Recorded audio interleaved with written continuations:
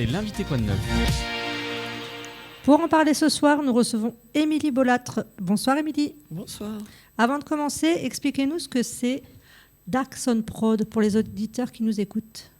C'est tout un concept déjà musical. On est sur de la programmation de la musique extrême et underground. Pour le moment, on fait des concerts aux Icodromes de Compiègne. Parce que pour recevoir en fait en tête d'affiche, c'est toujours des groupes qui ont fait le Hellfest et qui tournent à l'international sur les 2 premières têtes d'affiche. Donc il faut une salle digne de ce nom pour les recevoir. Et puis ensuite, le concept, c'est on met un groupe régional et un groupe local pour créer une dynamique de réseau pour ces derniers. C'est-à-dire qu'on essaye de faire des plateaux copains avec des bonnes vibes. Du coup, ils sympathisent et du coup, ils trouvent que le groupe est bon, il est sympa, on va faire une tournée ensemble. Et ça a déjà pas mal fonctionné comme ça. C'est-à-dire que Frioling a fait une tournée avec 1056, November avec Smash It Combo, et puis d'autres, parce qu'on ne peut pas être au fait de tout. Ça permet de rassembler du gros son. Et d'où t'es venue l'idée de créer tout ça ? Peut-être à 2 heures ou 3 d'émission, parce que je ne sais pas d'où je prends la genèse. Non, mais je suis là, il y a moyen de rajouter des heures, il n'y a pas de problème. Ouais, les autres, j'ai décalé la programmation. Non, mais c'est un réseau de groupes incroyables que j'ai la chance d'avoir. C'est la privation de concerts pendant le Covid. C'est la pauvreté culturelle dans ce milieu, dans l'Oise. Il faut dire ce qu'il y a. On est à la Fédération française des musiques métalliques et ils m'ont dit bon courage, quoi, parce que c'est une région très sinistrée. Et en fait, il y a beaucoup de gens en demande ou qu'on croise ailleurs sur des gros fesses. Donc voilà, il faut qu'on se fasse connaître, il faut que les gens viennent pour soutenir, pour qu'on programme encore des plus gros. C'est simple. Hein. Donc la mission principale, elle est claire, simple et limpide, c'est de faire vibrer tout simplement le Compiègnois et également toute la région de l'Oise. Comme tu le disais, c'est quelque chose qui est complètement sinistré, il n'y a pas de grosses scènes. Et l'idée est vachement intéressante, c'est de mélanger les têtes d'affiche et des pépites locales. En gros, c'est un peu ça, ton concept. Entre autres, parce qu'il y a aussi... une partie. Il y a aussi la bonne bouffe, parce qu'on aime tous la bonne bouffe. Donc, c'est des food trucks avec une éthique et qui nous proposent des bonnes choses. C'est une bière locale Saint-Médard qui nous soutient depuis le départ. C'est des chips cuites au chaudron à 10 minutes avec sauce chips. Enfin, c'est tout un concept en fait assez festif. Ouais. Mais dans... c'est comme tu le soulignes, hein, tu avais beaucoup insisté, j'ai regardé quelques articles, quelques interviews, etc. Tu as beaucoup insisté sur le côté convivial et familial, et d'autant plus aussi tu mets en valeur les acteurs du territoire. Donc tu parlais justement du circuit court, etc. Jus de fruits de ferme, etc. Bière, limonade régionale. Donc ce n'est pas qu'une association de purement musique. T'en fais en profiter tout le monde et découvrir beaucoup de choses, en tout cas mettre en valeur notre territoire. Entre autres, pour les enfants de moins de 12 ans, c'est gratuit et souvent au cours de la soirée, je vais chercher tous les gamins, je les emmène sur scène, sur le côté. Ah ouais ? Ils sont comme ça. C'est génial. Ça leur fait une expérience super intéressante. J'ai déjà vu des photos effectivement sur les réseaux où il y a des enfants sur scène qui rejoignent les musiciens. Je trouve ça top. Mais là, le métal, c'est pas qu'une famille au final. C'est une grande famille, c'est pas que de la musique. C'est un tout, c'est pas uniquement effectivement en étant dans le domaine, c'est assez fraternel, c'est convivial et puis familial. Je reprends exactement le même mot, mais il y a que ça de vrai. Ouais, notre concept, il est assez festif quand même et assez bienveillant. Il y a le Caméléon 660 qui est là en safer. Notre équipe de sécurité privée, c'est que des gens qui viennent des arts martiaux, donc très calmes mais très, très efficaces. Si je peux me permettre, je vais revenir en tout cas sur le nom Dark Sound Prod. Par hasard, enfin, à tout hasard, est-ce que c'est un clin d'œil historique ? Évidemment. À Jeanne d'Arc ? Évidemment, première punk de France. Et c'est pour ça que tu l'as choisi, enfin un hommage en tout cas. Ouais, puis en tant que femme, c'était, et c'est encore sur le Compiègnois, très difficile d'emmener un projet où il y a beaucoup d'hommes dans le milieu. C'est dur. En tant que femme, c'est pas facile. Non, mais c'est intéressant parce que ça défend de belles valeurs et d'autant plus, ça veut contribuer à mettre du gros son, en tout cas chez nous, dans le Compiègnois, dans tout l'Oise, et c'est ça qui va faire vibrer. Et ça a l'air d'être plutôt concluant et ça fonctionne même très bien en si peu de temps, parce que l'association est relativement très jeune, elle date de 2024, si je ne dis pas de bêtises. On l'a créée en 2024. Ça a fait 2 ans, je crois. Et notre premier event, c'était le 23 novembre 2024. Donc là, on est à notre 7e. C'est ça qui est beau. Effectivement, c'est parfait parce que tu parlais tout à l'heure évidemment que le nom Dark Son Prod s'est inspiré donc de Jeanne d'Arc, première punk en tout cas de France. Non mais c'est pour moi, c'est super stylé comme évocation. Non mais c'est un hommage grandiose. Enfin, je trouve que c'est un impact énorme quoi quand tu sais ça, c'est assez fou. Donc c'est ça qui est assez extraordinaire. Si je peux revenir en fait, donc désormais en fait Dark Son Prod est associé au Zikodrome. Donc c'est une grosse plaque tournante de la musique à Compiègne et le but est vraiment de créer en fait une scène de référence. Ici, dans le Compiègnois ? Évidemment. D'accord. Là, je m'attendais à quelque chose un peu plus. Attends, on fait venir des groupes qui ont tourné sur tous les continents, qui font des sold out de mois aux États-Unis. En plus, c'est un honneur parce que quand tu regardes ceux qui ont fait le Hellfest et toi, tu arrives à les attraper avant ou même après, parce que tu m'avais raconté une anecdote du fait que 2 semaines avant, c'est ça, t'as fait venir un groupe. À Chêne, ils ont mis le feu sur la plus grosse, sur le main stage du Hellfest, et moi, 2 semaines avant, je l'ai signé. En fait, j'ai cette espèce de réseau et cette espèce de flair. Et c'est marrant. Après, ça aurait été plus sympa pour Compiègne que... Ouais. Mais en même temps, ça a été la découverte, quoi, parce que les gars à Compiègne, ils ont découvert H&M en mai, et ils le revoyaient.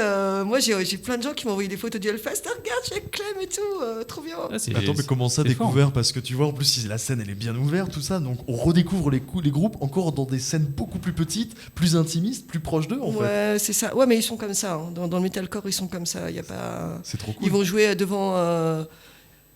250 000 personnes comme devant 150 avec le même cœur, ils s'adaptent.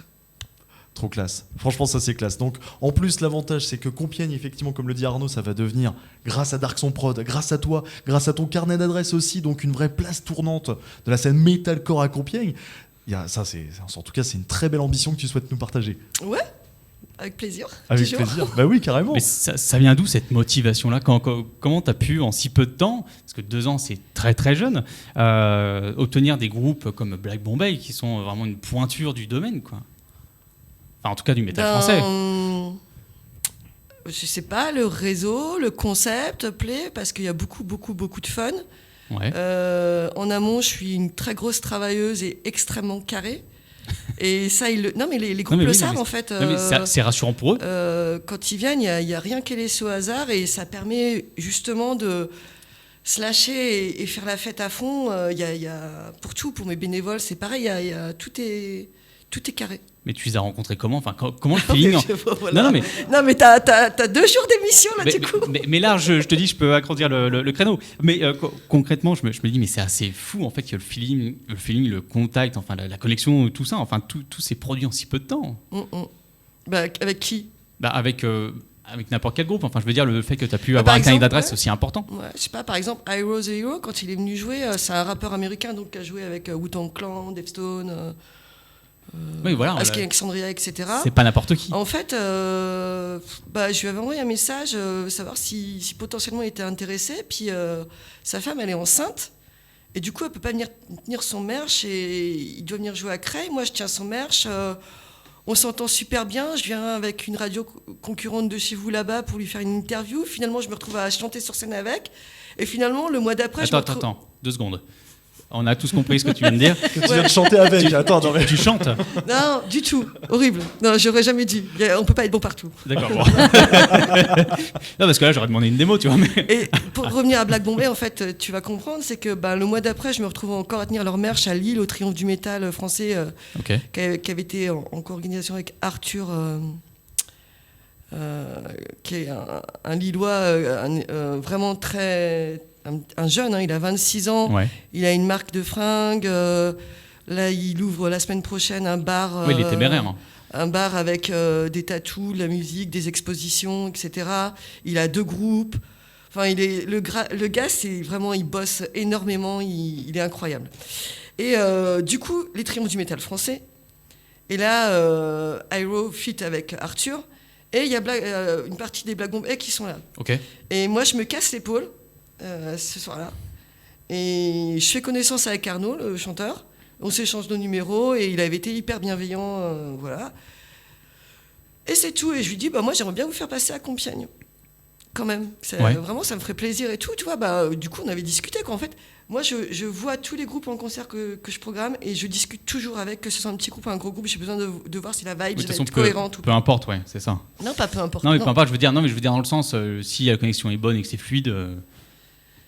Et du coup, un jour, Yann, on peut dire mon numéro 2 dans l'assaut, il m'envoie un message, il me dit « What, t'as vu Black Bomb il passe à Compiègne en février prochain ?» Et là, je dis « Ouais, c'est quoi ce délire, quoi ?» On avait parlé qu'ils joueraient tout ensemble. Et là, tu vois une grosse prog, un rouleau compresseur en France, des orgas qu'il avait effectivement programmé. Du coup, j'ai envoyé un petit message à Arnaud, qui a envoyé un petit message à Rage Tour, ils ont annulé et ils jouent pour nous. Et en vrai, ça veut dire aussi le cœur de ces gens-là, quoi. C'est-à-dire qu'ils préfèrent jouer pour une petite asso que pour un rouleau compresseur. Je vais juste terminer avant de passer, en tout cas, à la pause. Concrètement, comment tu sélectionnes les groupes locaux, parce que j'imagine qu'il y a quand même des talents insoupçonnés dans l'Oise. Comment tu arrives à les sélectionner? Comment tu arrives à te dépatouiller, en fait? Même en règle générale, je vais beaucoup en concert. Même en règle générale, comment tu fais pour sélectionner tes groupes et te dire là il y a une bonne vibe en écoutant les lives ou les streams par exemple? Voilà, j'écoute les lives. Après, je vais les voir en concert, je discute avec eux et je valide ou j'invalide selon ce que ça donne en live, quoi, tout simplement. Ok. C'est simple, hein. La vie est simple. Nous sommes de retour sur Happiness. C'est pas souvent qu'on entend du gros son comme ça et ça fait du bien. Émilie Boulâtre en interview avec Arnaud. On continue. On y va. Moi, je m'attendais à un truc, un habillage, un machin, mais non, absolument pas. Qu'est-ce que c'est que ça? C'est décousu chez moi, je reviendrai plus. Si, on pourrait écouter du gros son. Je fais une grosse bise, en tout cas, à JF, avec l'émission Riff & Jack, qui est bien présente sur l'antenne. Franchement, c'est une émission que je vous invite à écouter si vous voulez avoir justement des découvertes aminoises.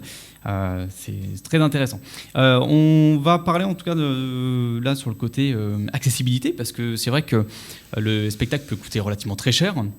Et surtout avec des grosses têtes d'affiche en globalité. Comment tu y arrives en fait, justement, parce que c'est un tour de force extraordinaire avec des prix d'entrée très attractifs.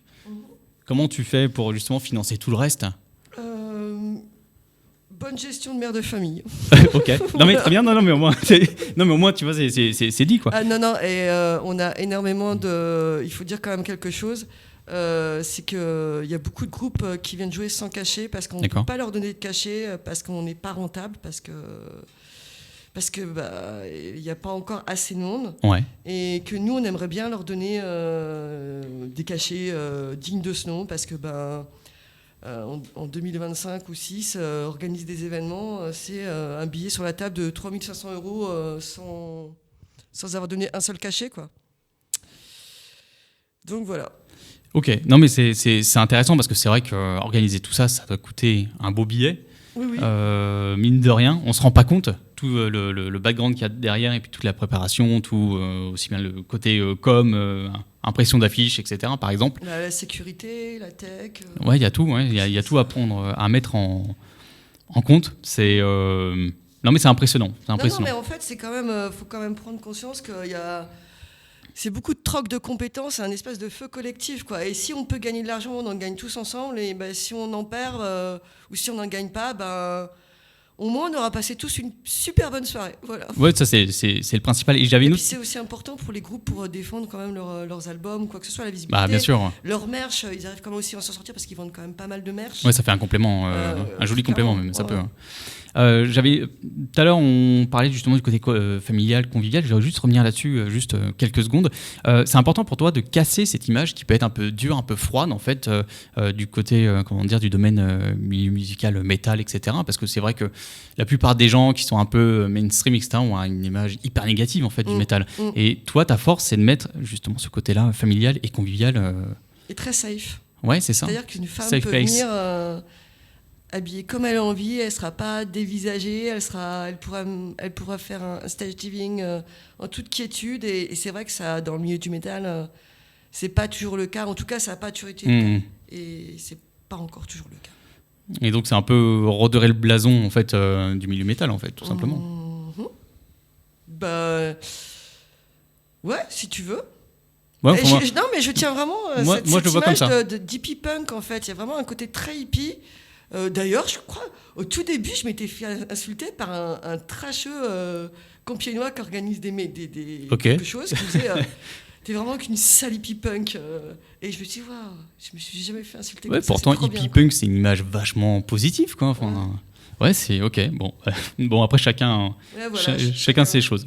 Je voudrais bien parler des événements qui vont arriver très prochainement. Il y a le Zicodrome, donc le 6 février, et la soirée donc Core vs Punk le 18 avril prochain.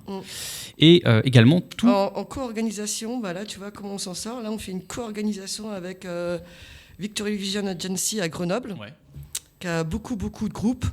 Et du coup, on co-organise ensemble. On fait ça ensemble pour... D'accord. Non, mais c'est super intéressant et super cool comme projet. Tout ce qui est construit derrière, c'est extraordinaire parce que on va revenir sur le côté justement désespérant de la région où il n'y a pas beaucoup de concerts, beaucoup d'événements comme ça, métal, rock, c'est plus sur Paris, les grosses villes, etc. Et toi, tu mets un point d'honneur là-dessus, c'est très appréciable. Et il y a une prochaine date qui arrive très prochainement, le samedi 24 janvier prochain. Et là, c'est à Chaune, le warm-up. C'est ça ? Oui. Voilà. Donc, est-ce que tu peux nous dire un peu plus sur, en tout cas, sur le côté compiègnois, le côté Zicodrome, la programmation, globalité sur ces deux dates, au niveau des groupes, ce qui est prévu le Chaune, il faut que tu invites Arnaud, le programmateur du Chaune Metal Fest. Eh ben, on le fera. On le fera. Pour qu'il parle de tout ça. Mais en tout cas, sur le Zicodrome, en priorité. En fait, ce qui se passe avec Arnaud, d'autres radios et d'autres orgas on est vraiment pour le feu collectif, c'est-à-dire qu'on n'est pas des orgas qui nous tirons dans les pattes parce qu'on est proches. On promue les événements des uns des autres et on va aux événements des uns des autres. Et on pense qu'ensemble, on est plus fort. Ouais, c'est comme tu m'avais dit... Et on aime partager, en fait, tout simplement aussi. Ouais, bien sûr. Et donc, au warm-up du Chaune, il y a Broken Face qui est passé chez nous en juin. Il y a des groupes que moi, j'ai envie d'aller voir pour voir si j'ai envie de les programmer, qui m'ont contacté, que j'ai jamais vu en live. Et puis, on va être 3 radios aussi là-bas, c'est sympa. Mercure, Happiness et Graphite. C'est ça. Comme tu disais. Pour la première fois. Effectivement, je vais reprendre le terme que tu m'as dit la première fois qu'on a eu notre contact, qu'on s'est téléphoné tout simplement. Tu me parles du feu commun. Ah ouais, moi le troc de compétences, c'est le partage, c'est hyper important. Le partage, le plaisir être en communion avec tout le monde et de se réunir tous ensemble pour avoir un maximum de plaisir. En fait. C'est quelque chose qui fait du bien en fait dans notre société. C'est ce qui manque. Et de l'acter quoi. Moi je trouve ça super intéressant parce qu'on n'est pas là pour, comme tu le disais, se tirer dans les pattes quoi. Et ouais, Chaune c'est un super organisateur, ça va être génial son truc. Ouais, il y a une belle affiche en tout cas qui se dessine. Ouais, et du coup son fest il est au mois d'avril, le 4-5 avril me semble-t-il. Ouais. Avec Psych Up, 1056, Loco Muerte. Ah, les copains, Loco Muerte, on les connaît. On les connaît bien, on les avait vus au Barbie Rock en plus. Oui, je salue Steven. Moi, je les ai interviewés 3 fois l'année dernière, c'est bon, j'arrête. Là, c'est bon, il y en a marre. C'est bien parce que t'as respecté le jamais 203 en fait. Non, mais à chaque fois, ça part trop en... Ouais. Ils sont géniaux. Ils sont surexcités, mais ils sont très très cool. Au niveau des billets, est-ce qu'il reste encore des places justement pour ces deux événements compiègnois? Je parle du Zicodrome. Oui, il reste encore un peu de place. C'est-à-dire un peu de place, approximativement. Disons que les préventes, depuis toutes les orgas, hormis les grosses salles parisiennes, etc., te diront que depuis le Covid, les préventes, ça se fait une semaine à l'avance. Hein. Ouais. C'est hyper tendu. Mais là, pour Black Bomb Air, en tout cas, on est bien parti. On a fait... On a rempli notre quota de prévente pour être à l'équilibre, on va dire. Ça va être une belle date, une belle fête. Est-ce que tu peux me dire où on peut réserver justement ces places-là? Sur Hello Asso, Dark Son Pod. Okay, où il y a le lien simplement. En bio d'Instagram, ou sur la page Facebook. Oui. Donc merci Émilie en tout cas pour tout ça. Merci beaucoup d'avoir parlé de ton asso, des événements à venir et faut pas hésiter à te suivre. Donc c'est Dark Son Prod tout simplement sur Instagram. Dark.son.prod. Ouais. Ok. Merci de nous avoir reçus et merci à tous nos prestataires, enfin tous ceux qui bossent avec nous, qui troquent leurs compétences. Et voilà, s'il y a un petit mécène qui m'entend, la musique métal, elle a besoin de toi. Ramène-toi, s'il te plaît. Je voulais te demander, pour la billetterie, j'ai vu que tu avais fait un concours sur les réseaux au mois de décembre. Ah, alors oui, on fait beaucoup de concours. Les groupes, ils nous offrent des cadeaux pour qu'on puisse faire des concours, donc c'est aussi grâce au groupe. Est-ce qu'il y aurait des places à gagner des fois, non ? Ah il y a eu des places à gagner. Là, on a fait le warm-up samedi dernier du groupe Holo Manifest. On a fait gagner des places, des je sais plus, CD, affiches officielles, etc. Enfin, des goodies, une cymbale. On en refait un samedi prochain et on en fait un au Chaulnes. Ah ça c'est le message est passé au moins. Les 2 samedis prochains, il y a des concours avec des places, des albums, des t-shirts, des cymbales. Et j'ai cru voir aussi une publication, il y a une expo photo aussi. Oui, avec Jérôme Meyer. Jérôme Meyer, qui est photographe, un artiste photographe compiègnois, qui est notre photographe du crew et celui des Métallos de France. Et donc on co-organise une exposition à Pierrefonds du 2 au 7 février. Ainsi que le soir, parce qu'en fait on aime bien aussi les arts et les sports extrêmes, donc c'est notre 3e exposition là en concert. Donc il exposera aussi le soir du 6 février au concert. Et à Pierrefonds, où est-ce que les gens peuvent visiter cette expo exactement ? C'est dans la salle de l'Office du tourisme. Effectivement, du 2 au 7 février, avec vraiment cette très belle exposition, parce qu'on peut associer aussi l'art de la photo avec l'art de la musique. Et c'est là où Jérôme Meyer, en fait, arrive à composer. Il y a plein d'arts, en fait, à associer. Ouais. C'est la magie aussi de tous les arts, en fait, quand on peut les mélanger. Oui. Ouais. Donc, ce que l'on peut dire aussi, que penses-tu, Sandrine, en tout cas, Arnaud aussi, franchement, parce que là, il y a quand même de très belles occasions, en tout cas, de voir, d'entendre le métal comme vraiment on ne l'a jamais vraiment entendu. Alors toi, tu le connais bien, Sandrine, un peu moins. Un peu moins. J'ai quelques bases, on va dire. Ouais. Non, mais c'est un domaine hyper intéressant, les gars. Il faut s'en enseigner. C'est énormément d'échanges, de culture. Enfin, c'est incroyable, quoi. Mais moi personnellement, je sais que c'est une grande famille en tout cas. C'est vrai qu'il y a des gens qui sont plus de dire ouais mais c'est la musique qui gueule. Non, il y a de l'émotion, il y a tout. Enfin, il y a un texte, il y a un tout. Je défie quiconque à essayer de chanter comme ils font. C'est vraiment un art. C'est un gros travail. C'est énorme. Mais je suis carrément open en tout cas. Moi, franchement, je pense qu'on va faire un tour un peu partout. Donc, on viendra te revoir. Alors, peut-être de loin, de près, mais en tout cas, on te reverra. Et maintenant, on saura que Dark Son Prod fait partie de ces associations qui comptent dans le Compiègnois, en tout cas, pour faire rayonner la musique metalcore, en tout cas, partout dans le Compiègnois. Et dès qu'on entendra du métal, on pensera à toi maintenant, Émilie. Super. Et ça, c'est cool, en tout cas. Tu veux toujours pas nous faire une petite démo ? Non, tu veux pas chanter ? On a encore 50 secondes à combler si tu veux. Est-ce que tu connais la recette d'un... Il y a Exils aussi qui passe en avril, qui a monté sur scène, mais vraiment il vous dira si un jour vous l'interviewez, que si vous venez sur le plateau, vous le verrez, il vous dira que non. Et même si tu ne nous fais pas une démo, je suis contente parce qu'il y a de plus en plus de femmes qui s'y mettent aussi dans le métal et je trouve ça génial. C'est ça que j'apprécie le plus. Et il y a un groupe qui m'avait plutôt marqué, un groupe marseillais qui s'appelle Heads, et ça m'a été ma première découverte métal. Et quand tu entends cette femme chanter, c'est incroyable, quoi. Là, on a eu Wax the Dead aussi en novembre avec Alex Auchan qui fait le Hellfest aussi là, du coup cette année. Chaque fois, effectivement, quand tu le disais, t'as le flair pour repérer les bons, quoi. Enfin, ceux qui vont avoir un avenir extraordinaire. Et c'est ça qui compte en tout cas. Punk versus Core en tout cas. On aura le Zicodrome, on aura plein d'événements en tout cas à suivre très prochainement en tout cas sur le Compiègnois, à Chaulnes, le Chaulnes Metal Fest aussi. L'expo photo, c'est très bien d'avoir pensé à Jérôme Meyer aussi. Et surtout, merci Émilie d'être venue en tout cas sur le plateau de Quoi de Neuf Compiègne ce soir. Merci de m'avoir invité. Ouais, ça fait plaisir en tout cas. Sachez que cette interview, elle est à retrouver où, ma chère Sandrine ? En podcast, sur notre application et sur toutes les plateformes. Allez télécharger l'application, à laisser des avis, des étoiles. Hein. Je me suis cassé la tête à la développer, donc go quoi. C'est exact. Et elle est très bien. C'est gentil. Et elle est très bien. happinessradio.fr effectivement pour retrouver tout cela.